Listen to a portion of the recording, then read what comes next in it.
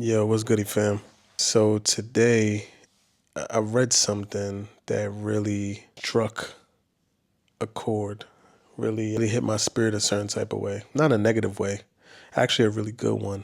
I always love when, I'm able to experience something that makes me introspective, makes me think deeply, makes me reflect, makes me explore, makes me activate my curiosity. And this thing that I read did just that. What it said was the fears we don't face become our limitations. The fears we don't face become our limitations. And I can't begin to express just how true that has been for me, how much that resonates with my lived experience. And I feel like it's something that lends itself to be a teachable moment and is worth us discussing. Now, the first part of that is the fears, the things that we are worried about, things that makes us anxious. Personally, I feel like we only fear something that we don't understand. Just think about it, because, you know, some people will argue, right? Like some people will be like, nah, I understand perfectly fine what this is. I just don't like it. It makes me feel a way, right? So, for example, and this is just me being transparent, being vulnerable. I personally, I don't like making new friends because I don't like goodbyes. I don't like to start new relationships because I don't like to end them, or I don't like for them to come to an end for whatever reason, whether it's a death, a breakup, or whatever.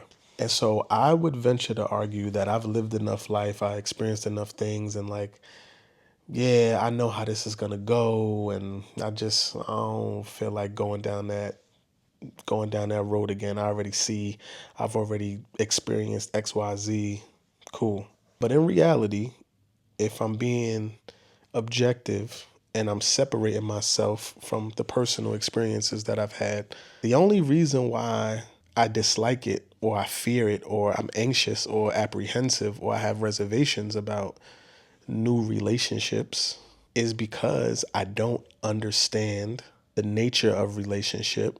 I haven't accepted the reality of relationships, and I haven't accepted the reality of the universal law, which is change, that things always change. And if I don't accept that, and if I don't understand that, I'm going to fear this thing that I have no business fearing.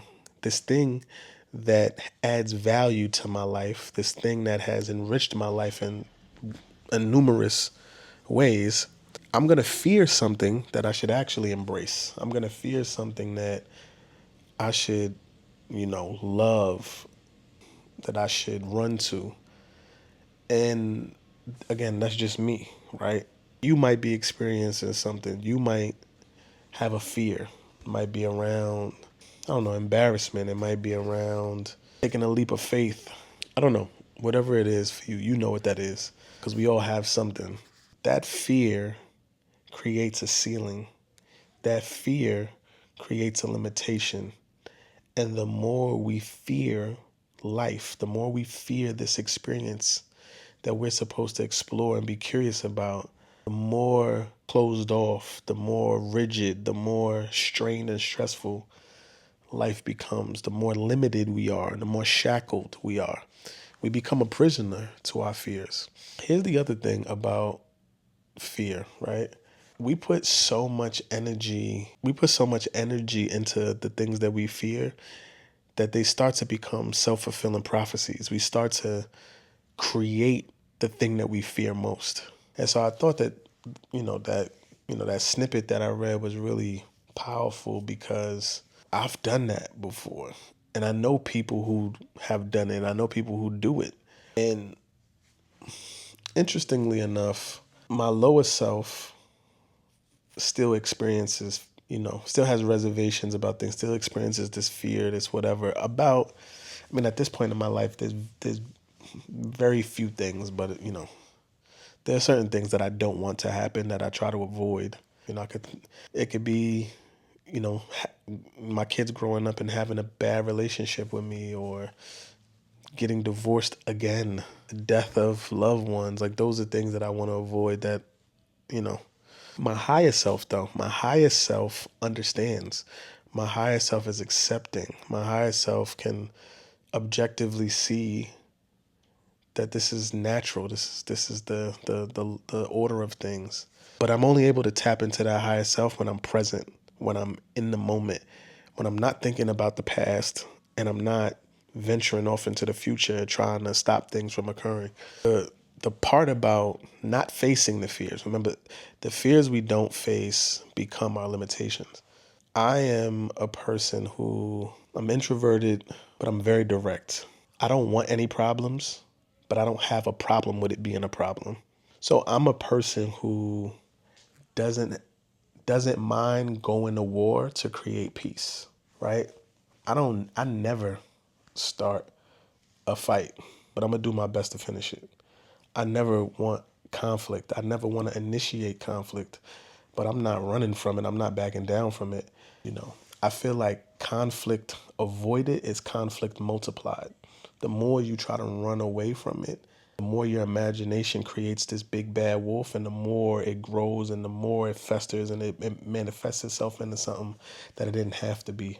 I found, maybe I should explore more, but I found that when I fear something or when I feel uncomfortable about something, I immediately confront it, right? So for me, I confront things as a way to address what I'm uncomfortable about, or what I fear, or what I don't like. And so for some people, they may run from escapism, they may use humor, they may distract themselves, they may cower, whatever the case may be. Everybody has a coping mechanism, defense mechanism. My defense mechanism is to be assertive, to be direct, to address it, to go right for it, punch my problems in the face, figuratively and literally in some instances. But I want to go straight at it and remove it from my environment, from my space. And so here's what happens when you actually confront the thing that you fear. One, you go into an unfamiliar part, or a part that you have some sort of scarring, right? Like, something may have happened and you are familiar, but it was a bad experience. And so you think that it'll always be that way. Or you've never even gone down that path and you're just uncertain about how it may turn out, and you're afraid of the unknown. But when you confront it, when you confront yourself, when you confront a fear, you learn, one, oh, I can deal with this. I'm capable. I'm competent. It didn't feel good, but it didn't kill me, right? It didn't feel good, but it didn't break me. It didn't feel good, but I got on the other side of it. So you confronted it, and you proved to yourself, that you can endure whatever it is that you fear. That's the first thing. You've created now evidence. You've created an experience. And so now you have something to measure against. You have something to work with. You have something that sort of serves as some form of momentum, right? It gives you a benchmark, a baseline. The more now that you confront this fear, you do this thing that you're afraid of, you start to remove it as a monster, and it becomes an asset or an ally, right? So what I've learned is you're only confident about things that you've done consistently, that you've done repeatedly. So the things that you feel familiar with, the things that you feel confident about, are things that you have a lot of evidence, that you have a lot of experience with. You've been very familiar with, you've done over and over and over and over. That's the only reason why you're confident about it. And so you don't even think, it's second nature to you. You're like, oh, all right, cool, let's do it. You jump right to it. And so in a sense, I've built capacity and competence around addressing things that make me uncomfortable, that I may have reservations about, that are awkward, things that I fear. I've built a tolerance, a confidence about addressing it and removing it and getting back to regularly scheduled programming, or changing some shit and having it be different. I've developed a muscle. I've developed, the fortitude, the stomach, the focus to do that. And so even if I create a limitation for a moment, it never stays that way. I'm able to break through because I'm able to catch myself and say, hold on, you're turning this into, a shackle. You're turning this into a ceiling. You're turning this into a wall, and it doesn't need to be that. Now let's turn that wall into a door and walk through it. I'm never ducking no smoke. And I've reframed this obstacle or this thing that I fear into an opportunity. I've reframed it into a teachable moment, into an object lesson.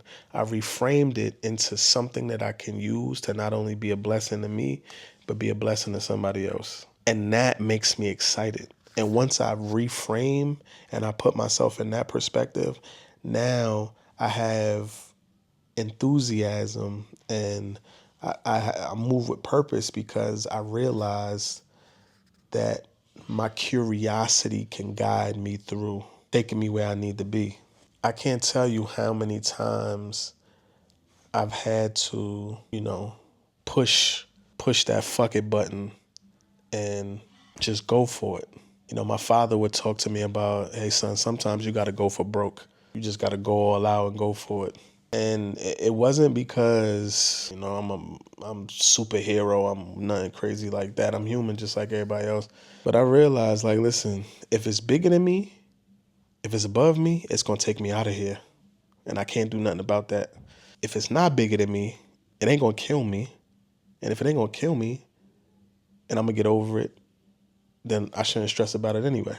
And that perspective has just allowed me to just address things and just go for it. And so, I could think of, numerous times in my life when I've had to confront myself, confront a fear, right? Which is really me confronting myself. And in doing so, I've, on the other side of it, become more free, become more of myself, and have become more fully expressed. The more I confront myself, the more freedom I gain, the more grounded I feel, the more confidence I have, because I know that I'm capable. I know I'm competent. I know that even though I don't know, I have me to figure out the path, figure out the way. And that's all I need. To be more specific, I can think about quitting a job to bet on myself. I can think of, getting a divorce, pushing a button to get a divorce. I can think of even very early in life, just walking away from situations that were, peer pressured, where I could have done something. I could have crashed out and did something crazy, but I just chose not to. I chose to, that, and that may sound crazy, right? The thing I feared was not being with my friends, my boys, being with the gang, not being with the homies and doing whatever the mission was at that time. But I knew like what I wanted to do, right? I knew what was for me.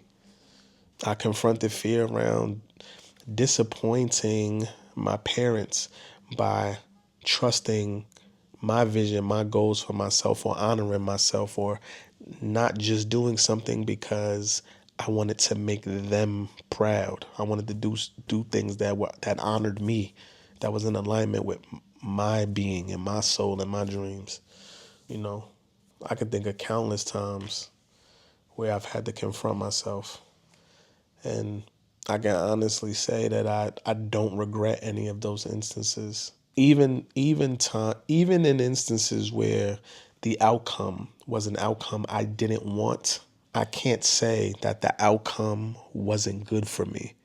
I couldn't say that the outcome didn't create space for new opportunities and new things, even if it removed things that I loved, even if it removed things that I was familiar with and comfortable with, it created space for me to grow. It allowed me to release things so that I could receive new things. And even in that of itself, it's a blessing. The fears that we don't confront become limitations. I know what that means to me. I know what that meant to me. And I can honestly, truly say that me confronting the things that made me uncomfortable created the runway for me to become the person that I am. And let me tell you, I've come a very, very long way. Those that know me can attest to that. I've come a very long way. I was not always like this. There's somebody listening to the sound of my voice. There's somebody watching this video. And there's some things in your life that make you feel uncomfortable. There are things that you are deathly afraid of, things that you avoid, things that make you cower even. You owe it to yourself to address those things, to see about those things. You owe it to yourself to honor yourself, to explore what's possible for you, to explore what your highest possibility is as a being.